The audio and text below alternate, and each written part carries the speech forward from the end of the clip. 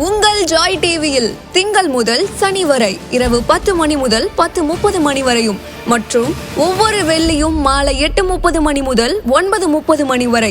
செங்கடல் இருந்தாலும் வைப்பண்டா ஒரு ஸ்டெப்பு முன்னாடி, எரிகோ வந்தாலும் வைப்பண்டா ஒரு ஸ்டெப்பு முன்னாடி, யோர்தான் வந்தாலும் வைப்பண்டா ஒரு ஸ்டெப்பு முன்னாடி, கோலியாத்து வந்தாலும் வைப்பண்டா ஒரு ஸ்டெப்பு முன்னாடி, பின்னாடி மட்டும் வச்சிட மாட்டேன். ரிவைவல் நைட் என்ற நிகழ்ச்சியின் மூலமாக தீர்க்க தரிசன செய்திகளை சகோதரர் பீட்டர் எல்விஸ் பிரசங்கிப்பார் மற்றும் சகோதரி அனிதா பீட்டர் அவர்கள் துதி ஆராதனை ஏறெடுப்பார்கள்.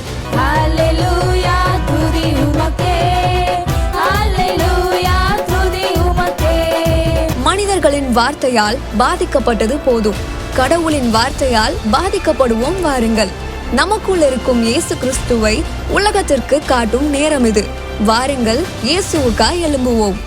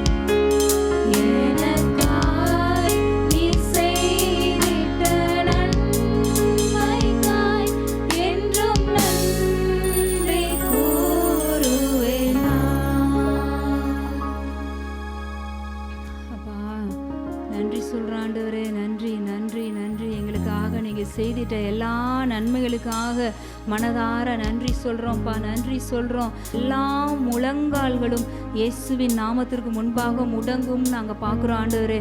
அப்பா, எல்லா நாவுகளும் உங்களை அறிக்கை பண்ணும்ப்பா. அப்பா, நன்றி நன்றி நன்றி சொல்கிறோம், நன்றி சொல்கிறோம், நன்றி சொல்கிறோம். உங்கள் பிரசன்னத்தில் அப்படியே பர்வதங்கள் கூட மெழுகு போல உருகும் நாங்கள் பார்க்குறோம் ஆண்டவரே. அப்பா, உங்கள் பிரசன்னத்தில் அப்பா எங்கள் வாழ்க்கையில் இருக்கிற எல்லா கோணலானவைகளும் இந்த வேளையில் செவ்வையாகும் இயேசுவின் நாமத்தினால, அவருடைய பிரசன்னத்தினால. உங்கள் வாழ்க்கையில் எதெல்லாம் கோணலாக இருக்கோ இப்போ அதெல்லாம் செவ்வையாகுது இயேசுவின் நாமத்தில். அவருடைய பிரசன்னத்தினால உங்கள் வாழ்க்கையில் எதெல்லாம் கரடு முரடாக இருக்கோ அதெல்லாம் சமமாகுது இயேசுவின் நாமத்தில். அவருடைய பிரசன்னத்தினால உங்கள் வாழ்க்கையில் எதெல்லாம் மழை போல இருக்கோ அதெல்லாம் மெழுகு போல உருகி போகுது இந்த வேலையில். எல்லாம் நன்றி சொல்லுங்கள் ஆண்டவருக்கு. Thank you Lord, thank you Lord, thank you Lord, thank you Lord. அவருடைய பிரசன்னத்திற்காக நன்றி சொல்லுங்கள், அவருடைய திவ்ய பிரசன்னத்திற்காக நன்றி சொல்லுங்கள், அவருடைய இன்ப பிரசன்னத்திற்காக நன்றி சொல்லுங்க. அப்பா, நன்றி நன்றி நன்றி. அவருடைய பிரசன்னம், அந்த இன்ப பிரசன்னம் உங்களை நிறைக்கிற பொழுது உங்கள் வாழ்க்கையில் இருக்கிற துன்பம் எல்லாம் இன்பமாக மாறும். இந்த வேலையிலே மாறும். விசுவாசிங்க இயேசுவின் நாமத்தினால, அவருடைய பிரசன்னத்தினால உங்கள் பலவீனம் எல்லாம் இப்பொழுதே பலனாக மாறுது இயேசுவின் நாமத்தில். ஓ ஷியாபலா தியாங்கா மமல ரூராபா ஷிபலஹரபரபரபா. நன்றி நன்றி. அவருடைய பிரசன்னம் உங்கள் வியாதியின் கூறுகளை வேரோடு அழிக்கும். உங்கள் பிரச்சனைக்கு எதெல்லாம் காரணமோ அதெல்லாம் வேரோடு அறுக்கும் இயேசுவின் நாமத்தில். அந்த பிரசன்னத்திற்காக நன்றி சொல்லுங்க. அந்த பிரசன்னத்தினால நிரம்பப்படுங்க. அந்த பிரசன்னத்தை வாஞ்சிங்க. ஓ ஷபகதரபலரியாங்கரபலபரபரபா. அவருடைய பிரசன்னத்தினால நம்ம அதிகமாக நிறைய அவரை அதிகமாக கிட்டி சேர முடியும். இந்த ஆராதனை வேலையிலே நம்ம என்ன செய்யறோம்னா, ஆண்டவரை அதிகமாக இன்னும் அவரை கிட்டி சேருகிற நேரம் இது. அவரை அதிகமாக அறிந்து கொள்ளுகிற நேரம், அவரை கிட்டி சேருகிற நேரம், அவரோடு உறவாடுகிற நேரம், அவரோடு பேசுகிற நேரம். இந்த நேரத்தில் எல்லாம் ஆண்டவரோடு உறவாடுங்க, ஆண்டவரோடு பேசுங்க. அவர் பிரசன்னத்தினால முழுமையுமாய் நிறைய விட்டு கொடுங்க. ஓ ஷியாபாபல ரூபல ஹாந்தி அவருடைய பிரசன்னம் உங்க குடும்பத்தை, உங்க வீட்டை சூழ்ந்து இருக்கிற பொழுது உங்க வாழ்க்கையில மகிமை மேல் மகிமை தான். Glory to glory. உங்க வாழ்க்கையில மகிமை மேல் மகிமை, எல்லா பகுதிகளிலையும் மகிமை மேல் மகிமையை பார்ப்பீங்க. அவருடைய பிரசன்னம் சூழ்ந்த வாழ்க்கை இருக்கிற பொழுது அவருடைய மகிமை நிறைந்த வாழ்க்கையை நீங்க பார்க்க முடியும். எல்லா காரியங்களிலும் நன்றி ஆண்டவரே.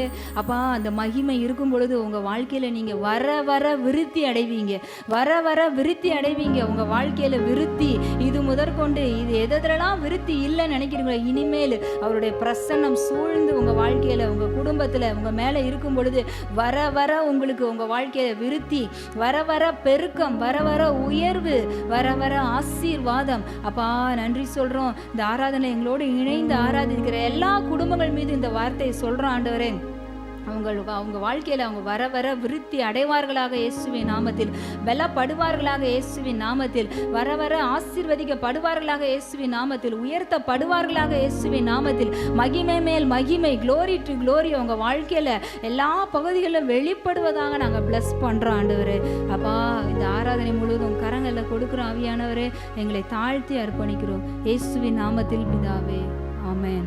பிரைஸ் லார்ட், ஹalleluya. கர்த்தர் நல்லவர், அவர் கிருபை என்றும் உள்ளது. பிரியமானவர்களே, கர்த்தர் என்னோடு பேசின சில வார்த்தைகளை நான் உங்களோடு பேச ஆசையாக இருக்கிறேன். இந்த வார்த்தைகளை தேவன் தன்னுடைய சபைக்கு சொல்ல சொன்னார். பிரியமானவர்களே, இன்றைக்கி என்ன பெரிய பிரச்சனைனா, எல்லாருக்கும் ஆண்களுக்கும் பெண்களுக்கும் ஒரு பெரிய பிரச்சனை என்னன்னு கேட்டிங்கன்னா, பிரதர் நான் பார்க்கக்கூடாதுன்னு தான் நினைக்கிறேன், என் ஸ்திரீகளை இந்த ஆண்களை இச்சையோடு பார்க்கக்கூடாது அப்படின்னு தான் நினைக்கிறேன், ஆனால் என்னை மீறி நான் பார்த்துடுறேன் அப்படின்னு சொல்கிறீங்களா? பிரியமானவர்களே, நான் சொல்லுகிற இந்த வெளிப்பாடு கட்டாயம் உங்களை மாற்றும். எனக்கு ஊழியம் செய்த வெளிப்பாடு கட்டாயம் உங்களுக்கும் ஊழியம் செய்யும் என்று நான் நம்புகிறேன். என்னை பலப்படுத்தின வெளிப்பாடு உங்களையும் பலப்படுத்தும் என்று நான் விசுவாசிக்கிறேன். என்னை விடுதலை செய்த வெளிப்பாடு உங்களையும் விடுதலை செய்யும் என்று நான் விசுவாசிக்கிறேன். ஹல்லேலூயா. இங்கே பாருங்க, 1 கொரிந்தியர் 3:16, நீங்கள் தேவனுடைய ஆலயமாய் இருக்கிறீர்கள் என்றும் தேவனுடைய ஆவி உங்களில் வாசமாய் இருக்கிறார் என்றும் அறியாதிருக்கிறீர்களா? ஹல்லேலூயா. அதே மாதிரி தான் பார்க்குறோம். 2 கொரிந்தியர் 6:16 பார்க்குறோம். நான் அவர்களுக்குள்ளே வாசம் பண்ணி அவர்களுக்குள்ளே உலாவி அவர்கள் தேவனாய் இருப்பேன், அவர்கள் என் ஜனங்களாய் இருப்பார்கள் என்று தேவன் சொன்னபடி நீங்கள் ஜீவனுள்ள தேவனுடைய ஆலயமாய் இருக்கிறீர்களே. ஹல்லேலூயா. பிரியமானவர்களே, ஆவிக்குரிய சகோதரனோ ஒரு ஆவிக்குரிய சகோதரியோ அவங்க யாரு தெரியுமா? அவர்கள் தேவனுடைய ஆலயம். நம்மளால தேவனுடைய ஆலயத்தை இச்சையா பார்க்க முடியுமா? யோசிச்சு பாருங்க. நம்ம தினம் வாரம் வாரம் சபை கூடுகிறோம், தேவனுடைய ஒரு ஆலயத்தில் நம்ம கூடி வருகிறோம். அந்த ஆலயத்தை நீங்கள் இச்சையா பார்க்க முடியுமா? தேவனுடைய ஆலயம், தேவனுடைய வீடு, தேவன் தங்கி இருக்கிற ஒரு ஸ்திரீயை, ஒரு சகோதரனை எப்படி நம்ம இச்சையா பார்க்க முடியும்? பாருங்க, நம்ம தினந்தோறும் இந்த கற்களால் செய்யப்பட்ட சபைக்குள்ள வரும்போது எவ்வளவு பயபக்தியா வரும் வாரம் வாரம்.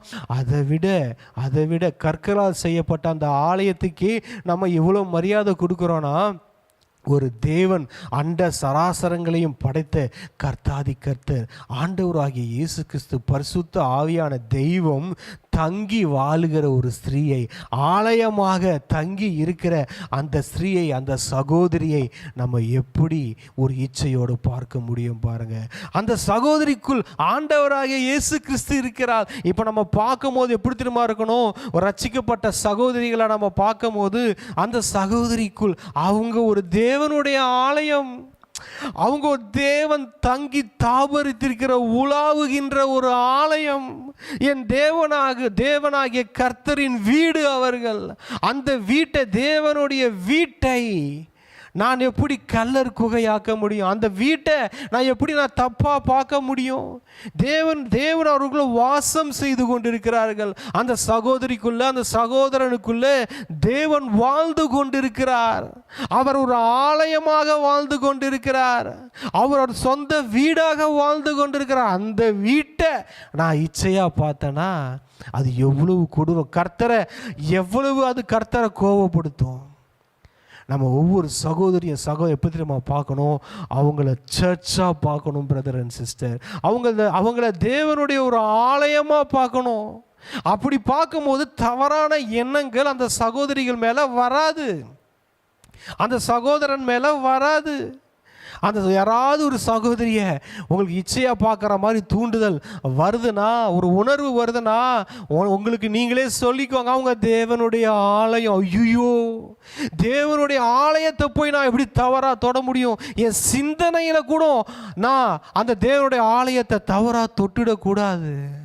என் சிந்தனையில் கூட, என் தாட்டில் கூட அந்த தேவனுடைய ஆலயத்தை தவறாக தொட்டுடக்கூடாது. உங்களுக்கு தெரியுமா, பழைய ஏற்பாட்டு காலத்துலலாம் தேவன் அந்த மலை மேலே இறங்கி இருந்தார்னா எவனும் அந்த மலையை தொட்டுட முடியாது. தேவனை அல்ல, தேவன் இறங்கியிருந்த மலையின் மேலே சுற்றியும் ஒரு ஆடு மாடு கூட வந்துடக்கூடாது. வந்துச்சுன்னா அதை சாகடித்து விடுவார் ஆண்டவர். பிரியமானவர்களே, தேவனுடைய பிரசன்னத்துக்கும் அவருடைய சமூகத்தை குறித்த ஒரு பயபக்தி நமக்கு இருக்கணும். அந்த பெண், அந்த ஸ்திரீ, அந்த சகோதரி, அந்த சகோதரன் தேவனை தனக்குள் வைத்து வாழுகிறவர்கள். அந்த தேவனுடைய ஆலயம் அவர்கள். தேவன் தங்கி தாவரிக்கிற ஆலயம் அவர்கள். தேவனுடைய வீடு அவர்கள். அந்த வீட்டை நாம் இச்சையாக பார்த்தால் அது எவ்வளவு, கடவுளுக்கு முன்பாக அது எவ்வளவு ஒரு கொடூரமான செயல், எவ்வளவு ஒரு கொடூரமான செயல். நம்ம எப்படி பார்க்கணும் பாருங்க. அதான் ஆண்டவர் சொன்ன, எப்பா நீ இச்சையோடு பார்த்துட்டனாலே விபச்சாரம் செய்தாயிற்று. நம்ம பார்வை ரொம்ப இம்பார்ட்டன்ட். நம்ம பார்வை ரொம்ப இம்பார்ட்டன்ட். தேவனுடைய ஆலயத்தை பிரதர் அண்ட் சிஸ்டர் இங்கே இனிமேல் எல்லாரும் பார்க்கும்போது என்னமா நினைக்கணும், ஐயோ அந்த சிஸ்டருக்குள்ளே கடவுள் வாசம் செய்து கொண்டிருக்கிறார், இந்த பிரதருக்குள்ள கடவுள் வாசம் செய்து கொண்டிருக்கிறார், கடவுளின் மகிமை அவர்களுக்குள்ளே இருக்குது. நான் எப்படி அவங்கள தவறுதலாக நினைக்க முடியும்? அந்த பயம் வரணும். கடவுள் மேலே எப்படி ஒரு பயம் இருக்குதோ அதே மாதிரி தான் சகோதர சகோதரிகளை நீங்கள் பார்க்கும்போது, ஐயோ ஆண்டவர் அந்த சகோதரிக்குள்ளே வாசம் செய்துக்கிட்டு இருக்கிறாருப்பா, ஆண்டவருடைய மகிமை அந்த சகோதரிக்குள்ளே இருக்குப்பா,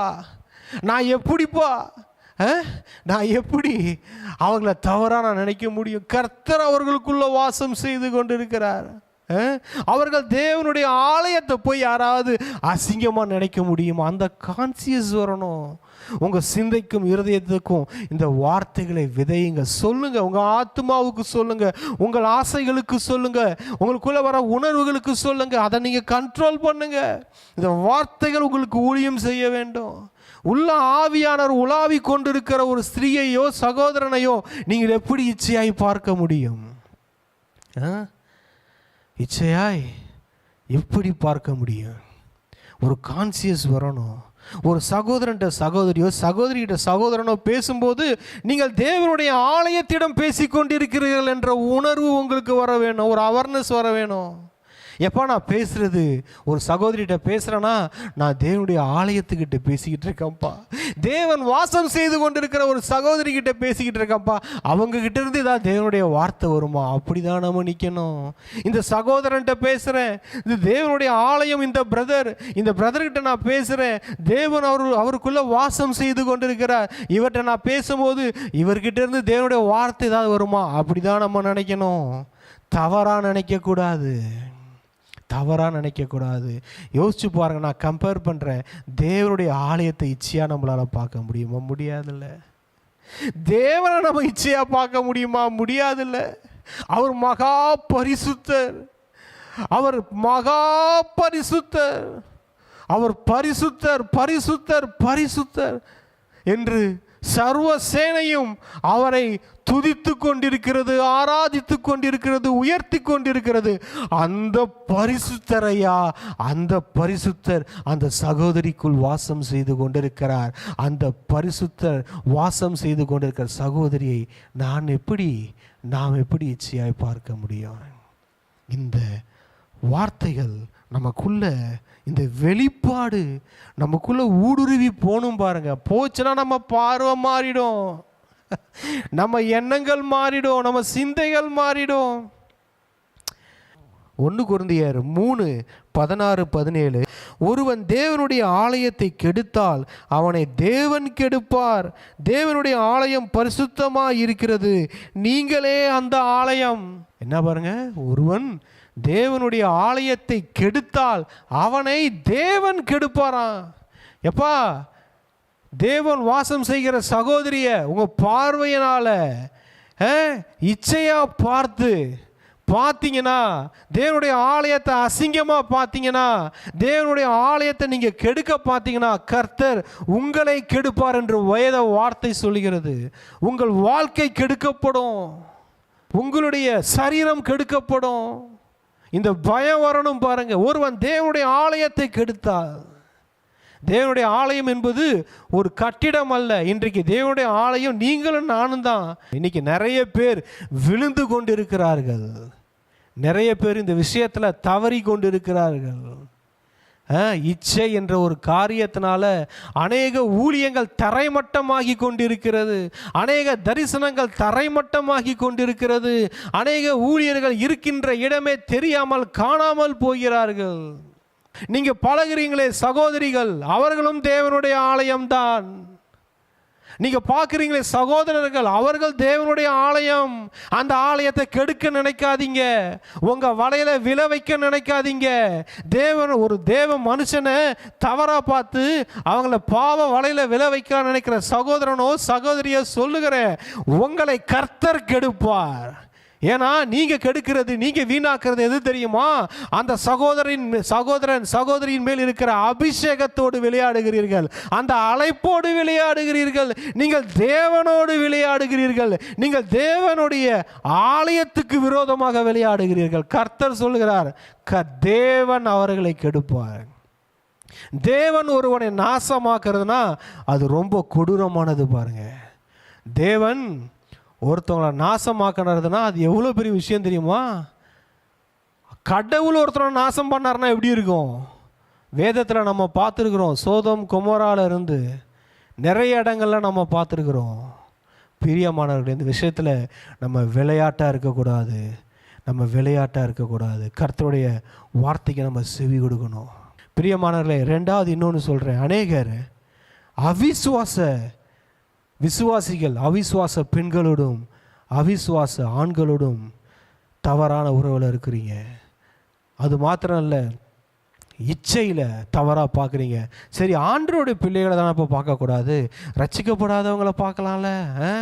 சில பேர் சொல்கிறாங்க, பிரதர் நான் சொல்லி கேள்விப்பட்டிருக்கிறேன், ரட்சிக்கப்பட்டவங்களை தானே பார்க்கக்கூடாது, ரட்சிக்கப்படாதவங்க அவங்களாம் பாவிகள் தானே, அந்த பெண்கள் அந்த ஆண்கள் அவங்கள பார்க்கலாம்ல அப்படின்னு சொல்கிறாங்க. பிரதர் அண்ட் சிஸ்டர், அவர்களுக்காகவும் ஆண்டவராக இயேசு கிறிஸ்து சிலுவையில் மரித்து அவமானங்கள் பட்டு எச்சில மூஞ்சில வாங்கி உடம்புகள் கிழிக்கப்பட்டு ரத்தம் சொட்டப்பட்டு எல்லா மனிதர்களுக்காகவும் அவர் சிலுவையில் தொங்கினார், அவமானப்பட்டார், அசிங்கப்பட்டார், அவர் உருக்குலைக்கப்பட்டார், அவர் நிர்வாணமாக்கப்பட்டார். யாருக்காக? நீ இச்சையோடு பார்த்து கொண்டிருக்கிறீர்களே அந்த பெண், அந்த ஆணுக்காக. ரட்சிக்கப்பட்டவர்களை நான் உங்களுக்கு சொல்லுகிறேன், ரட்சிக்கப்பட்ட விசுவாசிய தேவனுடைய ஊழியக்காரனோ எந்த பெண்ணை பார்த்தாலும் ஒன்று ரட்சிக்கப்பட்டவங்களா அவங்க தேவனுடைய ஆலயமாக பார்க்கணும், இன்னும் ரட்சிக்கப்படாதவங்கள அவங்கள ஐயோ இந்த பெண்ணுக்காக இந்த ஆணுக்காக என் ஆண்டவராகிய இயேசு கிறிஸ்து சிலுவையிலே அவமானப்பட்டார், நிர்வாணமாக்கப்பட்டார், அவர் சரீரம் கிழிக்கப்பட்டது, என் தேவாதி தேவனாகிய கர்த்தர் எல்லாவற்றையும் விட்டு இந்த பெண்ணுக்காக இந்த ஆணுக்காக அவர் தன்னைத்தானே தாழ்த்தி இந்த உலகத்திலே வந்தார், மரித்தார், தன்னை முழுவதும் தாழ்த்தினார், மரித்து உயிரோடு எழுந்தார். இவ்வளவு காரியத்தை யாருக்கு தெரியுமா பண்ணார் ஆண்டவர்? நீங்கள் இச்சையோடு பார்த்துக்கிட்டு இருக்கீங்களா அந்த பெண்ணுக்காக அந்த ஆணுக்காக பண்ணியிருக்கிறாரு. அவனுக்கு அவன் என்னைக்காவது ரட்சிக்கப்பட்டுருவா, என் அன்புக்குள்ளே வந்துருவா, என் அரவணைப்புக்குள்ளே வந்துருவான்னு ஏங்கி கொண்டிருக்கிற ஆண்டவர், ஏங்கி கொண்டிருக்கிற அந்த பெண்ணை நீங்கள் தகாத விதமாக பார்த்து அவங்கள தடம் பொருளை வச்சிடாதீங்க, அவங்கள உங்கள் ஆசையின் வலையில் இழுக்கலான்னு நினச்சிடாதீங்க. கர்த்தரின் அன்பு அவர்களுக்காய் ஏங்கி கொண்டிருக்கிறது, அவங்களுக்காய் துடித்து கொண்டிருக்கிறது. சிலுவையில் இயேசு கிறிஸ்து சிந்தின ரத்தம் அவர்களுக்காய் பேசிக்கொண்டிருக்கிறது. அவர் போராடிக்கிட்டு இருக்கிறார், எப்படியாச்சும் அந்த மகளை அன்புக்குள்ளே கொண்டு வந்துடணும், அவங்கள ஒரு பெரிய தீர்க்கதரிசியா ஒரு பெரிய ஊழியக்காரனா மாற்றிடணும். அவங்களையும் தேவனுடைய ஆலயமாக மாற்றிடணும்னு எவ்வளவோ எஃபர்ட் எடுத்துக்கிட்டு இருக்கிறார் ஆண்டவர். இங்கே தேவனுடைய ஊழியக்காரனும் விசுவாசியோ போய் அந்த அவிசுவாச பெண்களையோ ஆண்களையோ உங்களுடைய வலையில் வீழ்த்த வைக்கலாம் என்று முயற்சி செய்து கொண்டு இருக்காதீங்க. அப்போ நீங்கள் யாருக்கு விரோதமாக நீங்கள் கிரியை செஞ்சுக்கிட்டு இருக்கீங்க? யாருக்கு விரோதமாக போராடிக்கிட்டு இருக்கீங்க? கர்த்தர் எதற்காக போராடுகிறார்? ஒரு ஆத்துமா மேலே. அதே ஆத்துமா மேலே நீ எதற்காக போராடி கொண்டு இருக்கிறீர்கள்? பார்வையை மாற்றணும் பாருங்க. வேத வார்த்தைகளை எடுத்து இப்படி உங்களுக்கு நீங்களே சொல்லிக்கொள்ளணும், நமக்கு நாமே சொல்லிக்கொள்ளணும். ஐயா, ரட்சிக்கப்பட்டவங்களாம் அவங்க தேவனுடைய ஆலயமாக இருக்கிறாங்கப்பா. அவங்கள நான் தப்பாக பார்க்க முடியாதுப்பா. அவங்களுக்குள்ள ஆண்டவராக இயேசு கிறிஸ்து வாசம் செய்து கொண்டு இருக்கிறாருப்பா. ரட்சிக்கப்படாதவங்களா? ஐயோ எப்பா, அவங்களும் தேவனுடைய ஆலயமாக மாற போகிறவங்க தான். இன்னொன்று, அவர்களுக்காக ஆண்டவராக இயேசு கிறிஸ்து சிலுவையில் அவங்க மரித்து அவமானப்பட்டு எச்சிலை மூஞ்சில வாங்கி கொட்டப்பட்டு அவமானப்பட்டு நிர்வாணமாகி அவமானமாகி எவ்வளவு பெரிய போராட்டத்தை சாக்ரிஃபைஸை பண்ணி எவ்வளவு கீழ்த்தரமான முறையில் அவர் நொறுக்கப்பட்டார், எவ்வளவு அசிங்கமாக்கப்பட்டார், அலங்கோலமாக்கப்பட்டார். எதற்காக? நீ ஆசையா இச்சையா பார்க்குறிய அந்த ஒரு பொண்ணுக்காக தான். பிரியமானவர்களே, இந்த கான்சியஸ் இருக்கணும். ஐயோ, அவங்களுக்காக இயேசுவின் ரத்தம் பேசி கொண்டு இருக்கிறது. அவங்க எப்படியாச்சும் என் அன்புக்குள்ளே வந்துடுவாங்களாம். ஏசப்பா அந்த பொண்ணை தான், அந்த ஆணை தான், ரட்சிக்கப்படாதவங்கள தான் ஒரு பெரிய ஊழியக்காரி ஆகிடலாமா, ஒரு பெரிய சேனையாக்கிடலாமா, அவங்க என் அன்புக்குள்ளே ரட்சிப்புக்குள்ளே கொண்டு வந்துடலாமா, அவளும் என் மகதான், அவளுக்கு அவனை ரத்தம் சிந்திருக்கிறேன்னு சொல்லி எப்படியாச்சும் ரட்சிப்புக்குள்ளே வரலான்னு அவர் போராடிக்கிட்டு இருந்தா, இங்கே ஒரு சில கூட்டம் என்ன பண்ணுது? வேற ஒன்றுக்காக போராடிக்கிட்டு இருக்கு. பிரியமானவர்களே, நம்மை நாமே நிதானித்தறிந்தால் நியாயத்திற்கப்பட மாட்டோம். எப்படியாச்சும் எல்லாரும் ரட்சிக்கப்பட்டுருவாங்களா? என் ஜனம் ரட்சிக்கப்பட்டுருமா? எல்லாரும் ரட்சிக்கப்பட்டுருவாங்களான்னு ஆண்டவருடைய ஆத்துமா, ஆண்டவருடைய ஆவி காத்து கொண்டிருக்கிறது ஐயா. என் கர்த்தாதி கர்த்தர் காத்து கொண்டிருக்கிறார் ஐயா. இப்போ இந்த கான்சியஸ் இருந்ததுன்னா பிரியமானவர்களே, கண்டிப்பாக நம்ம யாரையும் தவறாக பார்க்க மாட்டோம். ஆண்டவர் சொன்னார் இல்லையா, ஒரு ஸ்திரீயை இச்சையோடு பார்க்கிறவன் அவளோட விபச்சாரம் செய்தார். பிரியமானவர்களே, யாரையும் இச்சையாக பார்க்காதீங்க. ஒன்று பார்த்தா என்னன்னா, அவங்க தேவனுடைய ஆலயம், தேவனுடைய ஆலயத்தை இச்சையாக பார்க்க முடியுமா? ஐயோ பக்குனுதா, ஐயோ என்ன பிரதர், தேவனுடைய ஆலயத்தை போய் இச்சையாக பார்க்கணும்? எப்படி பிரதர்?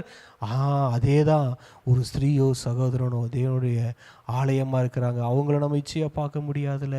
அந்த பக்கு வரணும், அந்த பக்குன்னு வரணும். ஐயோ அவங்க தேவனுடைய ஆலயம், அந்த பக்குன்னு இருக்கணும். அதே மாதிரி தான், ஐயோ ரட்சிக்கப்படாத ஸ்திரீயா, அவங்க அவங்களுக்காக ரத்தம் செஞ்சிருக்கிறாருப்பா, போராடி இருக்கிறாருப்பா, அவங்களுக்காக என்னென்னமோ செஞ்சிருக்கிறாருப்பா, அவங்களும் போய் ஐயோ பக்குன்னு இருக்கணும். பிரதர் அண்ட் சிஸ்டர், நமக்கு ஒவ்வொருத்தவங்களுக்கும் கடவுள் அவங்களுக்கு மனைவியை கொடுத்துருக்கிறாரு. வசனம் சொல்லுது, உன் இள வயதின் மனைவியோட மகிழ்ந்துரு. அவங்க மனைவியோட, அவங்க கணவனோட உங்கள் உறவை நீங்கள் சந்தோஷமாக நீங்கள் என்ஜாய் பண்ணலாம். இந்த இச்சைக்கு இன்றோட முடிவு கட்டுவோம். சும்மா இச்சையின் ஆவியே போ, இச்சையின் ஆவியே போ, இச்சையின் ஆவியே போனால் அது போகாது. இந்த மாதிரி ஒரு வெளிப்பாடு வந்து தான் நம்மளை விடுதலை செய்யும். சத்தியத்தை அறிவீர்கள், சத்தியம் உங்களை விடுதலை ஆக்குன்ற மாதிரி பிரதர் அண்ட் சிஸ்டர், இந்த சத்தியத்தை திரும்ப திரும்ப கேளுங்க. இந்த சத்தியம் உங்களை விடுதலை ஆக்கும், உங்கள் பார்வையை மாற்றும், உங்கள் வாழ்க்கையை மாற்றும், அநேகருடைய வாழ்க்கையை மாற்றும். ஜெபிக்கலாமா? நன்றி ஆண்டவரே, நன்றி இயேசப்பா. இந்த வார்த்தைகளை கர்த்தர் நீர் பேச சொன்னீர், நான் பேசியிருக்கிறேன். இந்த வார்த்தைகள் பரவி பாயட்டும், அநேகருடைய பார்வையை மாற்றட்டும். ஆண்கள் பெண்களை பார்ப்பதும் பெண்கள் ஆண்களை பார்ப்பதுமான பார்வை மாறட்டும். நாங்கள் எப்போ ரட்சிக்கப்பட்ட பிள்ளைகளை, ஸ்திரீகளை, பிரதர்ஸை பார்த்தாலும் அவங்க தேவனுடைய ஆலயமாக பார்க்கணும். தேவன் அவருக்குள்ளே வாசம் செய்து கொண்டிருக்கிறார். ஐயோ தேவன் வாசம் செய்கிறது எப்படி இச்சையாக பார்க்க முடியும்? உள்ள தேவன் இருக்கிறாரே, ஐயோ அந்த கான்சியஸ் வரணும். ரட்சிக்கப்படாத ஜனங்களுக்கு என்ன வேணும்னா ஐயோ அவங்களுக்காக ஆண்டவர் ரத்தம் சிந்திருக்கிறாருப்பா, அவங்களுக்காக மரித்து உயிரோடு எழுந்திருக்கிறாருப்பா, அவங்களுக்காக ஒரு பெரிய போராட்டம் போராடி இருக்கிறாருப்பா, அவங்கள எப்படிப்பா நான் நினைக்க முடியும் அப்படின்ற கான்சியஸ் வரணும். ஆண்டவரே இந்த கான்சியஸில் எங்களை வாழ வைங்க, எங்களை வாழ வைங்க. இந்த கான்சியஸ்லேயே எங்களை ஆண்டவரே காட் கான்சியஸில், ஹோலி கான்சியஸில், இன்கிரைஸ்ட் கான்சியஸில், கிறிஸ்துவுக்குள்ளே இருக்கிற கான்சியஸில் ஆண்டவரே எங்களை வாழ வைங்க. நாங்கள் இச்சைக்குள்ளே இல்லை, நாங்கள் கிறிஸ்துவுக்குள்ளே இருக்கிறோம். எங்களை அர்ப்பணிக்கிறோம் இயேசுவின் நாமத்தில் பிதாவே, ஆமென். உங்கள் ஜாய் டிவியில் திங்கள் முதல் சனி வரை இரவு 10 மணி முதல் 10:30 மணி வரையும் மற்றும் ஒவ்வொரு வெள்ளியும் மாலை 8:30 மணி முதல் 9:30 மணி வரை. செங்கடல் இருந்தாலும் வைப்பண்டா ஒரு ஸ்டெப்பு முன்னாடி, எரிகோ வந்தாலும் வைப்பண்டா ஒரு ஸ்டெப்பு முன்னாடி, யோர்தான் வந்தாலும் வைப்பண்டா ஒரு ஸ்டெப்பு முன்னாடி, கோலியாத் வந்தாலும் வைப்பண்டா ஒரு ஸ்டெப்பு முன்னாடி, பின்னாடி மட்டும் வச்சிட மாட்டேன். ரிவைவல் நைட் என்ற நிகழ்ச்சியின் மூலமாக தீர்க்க தரிசன செய்திகளை சகோதரர் பீட்டர் எல்விஸ் பிரசங்கிப்பார் மற்றும் சகோதரி அனிதா பீட்டர் அவர்கள் துதி ஆராதனை ஏறெடுப்பார்கள். ஹல்லேலூயா, துதி உமக்கே, ஹல்லேலூயா, துதி உமக்கே. மனிதர்களின் வார்த்தையால் பாதிக்கப்பட்டது போதும், கடவுளின் வார்த்தையால் பாதிக்கப்படுவோம் வாருங்கள். நமக்குள் இருக்கும் இயேசு கிறிஸ்துவை உலகத்திற்கு காட்டும் நேரம் இது. வாருங்கள், இயேசுவுக்காய் எழும்புவோம்.